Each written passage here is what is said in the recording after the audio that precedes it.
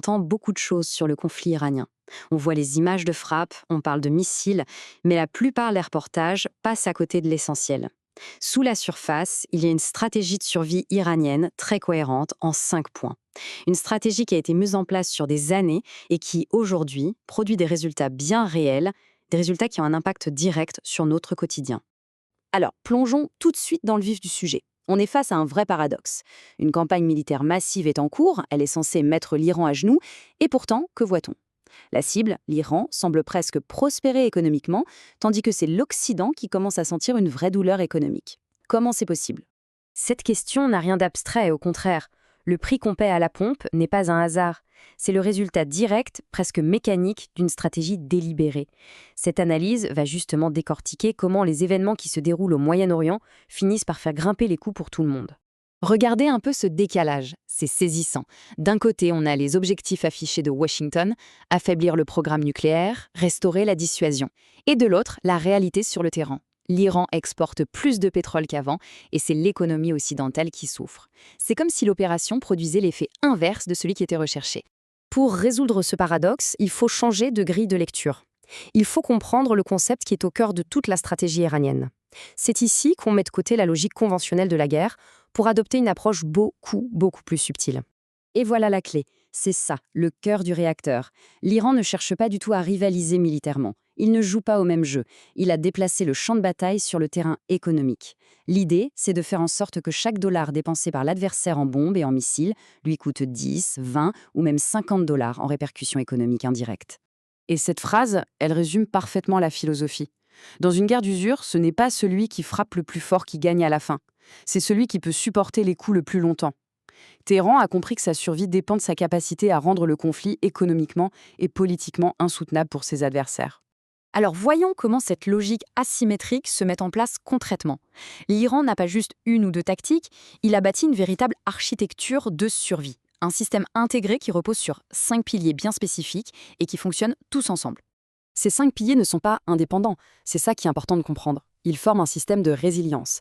Chaque pilier renforce les autres, et l'ensemble est conçu pour absorber la pression militaire et la renvoyer, mais sous forme de coûts économiques. Allez, on va les décortiquer un par un. Le premier pilier, c'est le plus visible, le plus spectaculaire, la monétisation du détroit d'Ormuz. L'Iran a tout simplement transformé le point de passage pétrolier le plus important du monde en une sorte de corridor à péage qu'il contrôle. Le trafic mondial s'est effondré, mais, et c'est ça le point crucial, les exportations de l'Iran, elles, continuent presque comme si de rien n'était. Ce n'est pas un acte de désespoir, c'est un levier stratégique. Cette citation donne une idée très concrète de ce qui se passe. On impose des frais de passage exorbitants, payables en yuan chinois, surtout pas en dollars. Et pour que les choses soient claires, ce n'est pas une mesure de crise temporaire. Le Parlement iranien est en train de préparer une loi pour rendre ce système permanent. Si ça passe, ça change fondamentalement les règles du jeu du commerce maritime mondial. Le deuxième pilier, c'est l'alliance stratégique avec la Chine et la Russie. Et attention, ce n'est pas juste une amitié de façade. Ce pacte, c'est une véritable assurance vie. Il offre une couverture diplomatique à l'ONU, ce qui neutralise toute nouvelle tentative de sanction. Il garantit une bouée de sauvetage économique, car la Chine continue d'acheter massivement le pétrole iranien. Et surtout, il permet de construire une infrastructure financière parallèle en dehors du dollar et du système SWIFT. Troisième pilier, la dissuasion par ce qu'on appelle les proxys.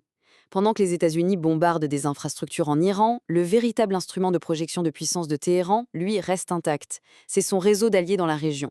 Le Hezbollah, les Houthis, ils obligent les États-Unis à disperser leurs forces sur plusieurs fronts, ce qui fait exploser les coûts de déploiement et de défense, et tout ça pour un investissement minime de la part de l'Iran. C'est l'asymétrie à son paroxysme. Le quatrième pilier est peut-être le plus subtil, le plus intelligent. L'arme, ici, ce n'est pas la bombe nucléaire, c'est l'ambiguïté nucléaire. L'Iran a assez d'uranium enrichi pour assembler plusieurs bombes en quelques semaines, mais il ne le fait pas. Cette position de capacité latente, c'est la position stratégique parfaite. Elle force ses adversaires à calculer avec le risque nucléaire, ce qui dissuade une attaque totale, mais sans pour autant donner la justification pour lancer cette attaque. C'est de la dissuasion pure, à un coût minimal. Et on en arrive au cinquième pilier, le nerf de la guerre, l'argent. Ce chiffre, il est juste stupéfiant. Même avant l'escalade actuelle du conflit, l'Iran parvenait à générer des dizaines de milliards de dollars de revenus pétroliers. Et ça, sous le régime de sanctions le plus dur jamais imposé. La question c'est, comment? La réponse, elle tient en 2 mots, la flotte fantôme. C'est un réseau de pétroliers qui opèrent dans l'ombre, qui éteignent leurs transpondeurs, qui font des transferts de pétrole de navire à navire en pleine mer pour livrer du brut, notamment à des raffineries privées en Chine. Ce système, combiné à l'utilisation du yuan chinois, a été pensé spécifiquement pour rendre les sanctions américaines structurellement inefficaces. Bon, maintenant qu'on a vu les 5 piliers, on peut rassembler les pièces du puzzle. Parce que ce système, ce n'est pas juste une abstraction géopolitique. Il a des effets très, très concrets sur l'économie de tous les jours. Et voilà le résultat le plus direct, le plus visible. La perturbation dans le détroit d'Ormuz se répercute quasi immédiatement sur les prix de l'essence partout dans le monde.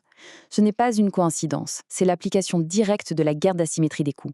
La pression militaire exercée sur l'Iran se transforme en pression économique sur le portefeuille du consommateur occidental. Et bien sûr, l'impact ne s'arrête pas à la pompe. L'OCDE a dû revoir toutes ses prévisions d'inflation à la hausse, en citant le choc des prix de l'énergie comme la cause quasi unique. La stratégie du péage d'Ormuz a un effet domino sur toute l'économie, à une échelle continentale. Le parallèle historique est vraiment frappant. En 1973, le choc pétrolier a montré à quel point le contrôle d'un point de passage stratégique pouvait plonger le monde dans une crise économique. Aujourd'hui, le mécanisme est exactement le même, sauf que la dépendance mondiale au détroit d'Ormuz est encore plus grande. L'histoire ne se répète pas, mais elle rime drôlement. Alors, comment est-ce qu'on peut anticiper la suite? Plutôt que de suivre les gros titres jour le jour, il y a quelques indicateurs de fond, quelques signaux structurels qu'il faut observer pour comprendre où va le conflit. Le point absolument crucial à comprendre, c'est que les conditions de victoire sont complètement différentes pour les deux camps. Pour les États-Unis et leurs alliés, la victoire, c'est une victoire totale, quasi irréalisable. Éliminer le programme nucléaire, démanteler les proxys. Pour l'Iran, la victoire, c'est beaucoup plus simple, c'est survivre, tenir bon jusqu'à ce que le coût politique et économique devienne trop élevé pour l'autre camp. S'il y a une seule phrase à retenir de toute cette analyse, c'est celle-ci. Les États-Unis mènent une guerre de force maximale. L'Iran, lui, mène une guerre de coût maximal. C'est la formulation la plus pure de ce conflit. Et dans ce genre de confrontation, entre la force brute et l'endurance économique, les calculs favorisent souvent celui qui peut tenir le plus longtemps en dépensant le moins. Pour conclure, voici donc 3 signaux très concrets à surveiller. Premièrement, le vote du Parlement iranien sur Hormuz. Est-ce qu'une mesure de guerre devient une politique permanente? Deuxièmement, le volume des achats de pétrole par la Chine. Est-ce que la bouée de sauvetage économique tient bon? Et troisièmement, une réactivation des Houthis en mer Rouge. Est-ce qu'on entre dans une nouvelle phase d'étirement des forces américaines? La véritable histoire de ce conflit n'est pas celle des explosions, c'est celle de cette architecture stratégique qu'on vient de décrire. Une fois qu'on a compris ces 5 piliers, on ne lit plus les événements de la même manière. La question n'est plus qui gagne la bataille d'aujourd'hui, mais plutôt quel système est le plus résilient, le plus durable à long terme.